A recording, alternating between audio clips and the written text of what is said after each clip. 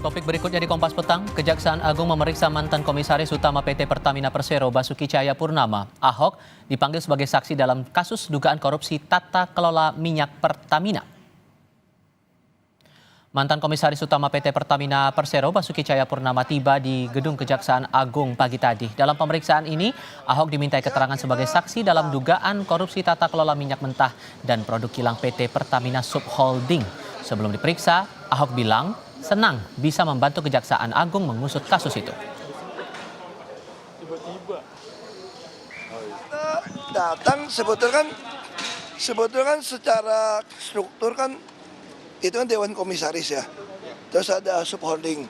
Tapi tentu saya sangat senang bisa membantu Kejaksaan kalau apa yang saya tahu akan saya sampaikan. Itu. Pak Basuki sempat bilang ada data atau rekaman nanti akan bawa. Enggak, data yang kami bawa itu adalah data rapat apa aja ya. Tapi nanti akan diserahkan nggak Pak? Kalau diminta kita kasih. Lewat pesan singkat kepada Kompas TV, Kepala Pusat Penerangan Hukum Kejaksaan Agung Harli Siregar menjelaskan pemeriksaan Ahok dalam kapasitasnya sebagai mantan Komisaris Utama PT Pertamina. Secara substansi tentu penyidik yang paham, tapi yang kita pahami yang bersangkutan kan pernah sebagai Komisaris Utama di Pertamina.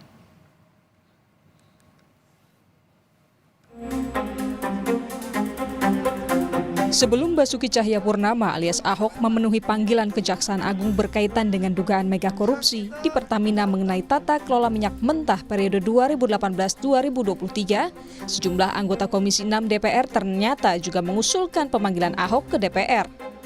Ini disampaikan anggota Komisi 6 DPR dari fraksi PDI Perjuangan Rieke Diah Pitaloka saat rapat dengar pendapat bersama Dirut Pertamina Persero. Namun, Wakil Ketua Komisi 6 DPR RI, Andre Rosiade, menolak memanggil Ahok lantaran dianggap hanya numpang pamor di kasus yang tengah diusut Kejagung. Ada nggak dia bawa data ke aparat penegak hukum? Nggak ada kan? Ngapain dipanggil? Kita ngapain ngasih panggung orang yang sudah pensiun, nggak berbuat apa-apa, lalu sekarang setelah Kejaksaan Agung melakukan penegakan hukum, dia mau jadi pahlawan kesiangan. Kalau dia punya data, harusnya dia jadi komut, dia bawa datanya ke Kejaksaan Agung, ke KPK, atau ke kepolisian. Itu baru kerja pengawasan. Orang sudah pensiun, nggak punya panggung politik, memanfaatkan kehebatan Kejaksaan Agung di era Prabowo untuk numpang tenar kembali supaya... Usai debat panas usul pemanggilan Ahok, legislator PDI Perjuangan Darmadi Durianto meminta Dirut Pertamina mendalami pernyataan Ahok soal Pertamina di podcast yang telah beredar. Tentu menjadi introspeksi. Kan podcastnya panjang tuh. Kan tuh ke dalam boleh tuh diteliti. Ya kan? Karena banyak data juga disampaikan. Nanti Pak Simon bisa menyaring semuanya. Saya pikir Pak Simon kan wise ini. Ya, bisa menyaring semua. Basuki Cahayapurnama atau Ahok menjabat sebagai Komisaris Utama PT Pertamina Persero sejak November 2019 hingga 2024. Belakangan dirinya mendapat sorotan setelah mengkritik keras pengelolaan Pertamina dalam perbincangan di kanal YouTube. Tim Liputan, Kompas TV. Hingga sore ini pemeriksaan terhadap Basuki Cahayapurnama selaku mantan Komisaris Utama Pertamina masih berlangsung. Kami akan bahas ini soal peran Ahok dalam pengusutan kasus korupsi tata kelola minyak mentah di Pertamina periode 2018 hingga 2023 bersama peneliti Pusat Kajian Anti Korupsi atau PUKAT Universitas Gadjah Mada Zainur Rahman. Assalamualaikum Mas Zainur, apa kabar? Waalaikumsalam, kabar baik Bang Tifal. Terima kasih sudah bergabung. Kasusnya ini kan di anak perusahaan Pertamina. Sementara hari ini Kejaksaan Agung memanggil mantan komisaris induk perusahaan Basuki Cahayapurnama. Tidakkah terlalu jauh untuk bisa Kejaksaan Agung menggali kasus ini dari keterangan Ahok? Ya, tentu pemeriksaan terhadap seorang saksi itu ingin mendapatkan keterangan untuk mendukung sangkaan yang nanti akan berubah menjadi dakwaan. Apakah komisaris induknya Pertamina itu mengetahui bisnis proses yang terjadi di anak perusahaan seperti misalnya di Patra Niaga? Menurut saya secara garis besar tentu induk dalam hal ini adalah PT Pertamina itu memiliki informasi data-data terkait bisnis yang dilakukan oleh anak-anak perusahaannya. Dari sisi kewenangan sebagai komisaris, tentu pengetahuan dari Basuki Cahayapurnama itu bisa menjangkau pada aspek-aspek bahkan yang sangat dalam. Sehingga ketika diperiksa menjadi saksi, menurut saya ini masih tetap relevan. Namun demikian tentu barangkali informasi yang bisa disampaikan oleh Basuki Cahayapurnama itu tidak sekadar pada kasus yang sedang ditangani.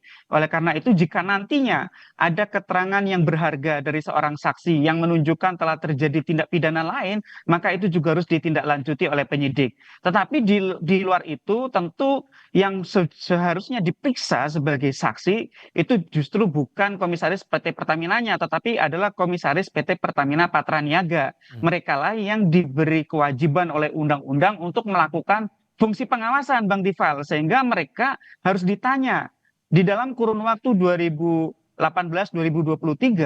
apa pekerjaan kinerja pengawasan yang dilakukan oleh komisaris PT Pertamina Patraniaga. Apa langkah-langkah yang telah dilakukan untuk menindaklanjuti temuan-temuan ketika mereka melakukan fungsi pengawasan? Atau jangan-jangan mereka tidak menemukan apapun ketika melakukan fungsi pengawasan. Nah, lantas kalau mereka tidak menemukan apapun, untuk apa ada komisaris begitu kan? Padahal tugas mereka adalah melakukan fungsi pengawasan. Mungkin itu, Bang Tifal. Tapi dengan membawa bukti data-data hasil rapat kepada pihak Kejaksaan Agung dalam pemeriksaan hari ini, sudahkah ini cukup untuk bisa menguatkan duduk perkara dari perkara ini menurut Anda? Tentu itu nanti akan dipilah oleh penyidik ya. Barangkali ada informasi-informasi yang relevan. Misalnya terkait impor ya. Bagaimana dulu penetapan produksi kilang dalam negeri? Apakah ada pembahasan antara PT Pertamina Patraniaga dengan induknya yaitu PT Pertamina? Nah, kalau ada pembahasan, siapa yang memberikan persetujuan untuk menurunkan kuota produksi kilang dalam negeri sehingga timbul kebutuhan untuk impor? Itu yang pertama. Yang kedua adalah ketika melakukan impor minyak dari luar negeri, ini kan mengarah kepada perusahaan-perusahaan broker yang ini adalah pemain lama, kelompoknya Risa Khalid. Apakah ada persetujuan dari induknya?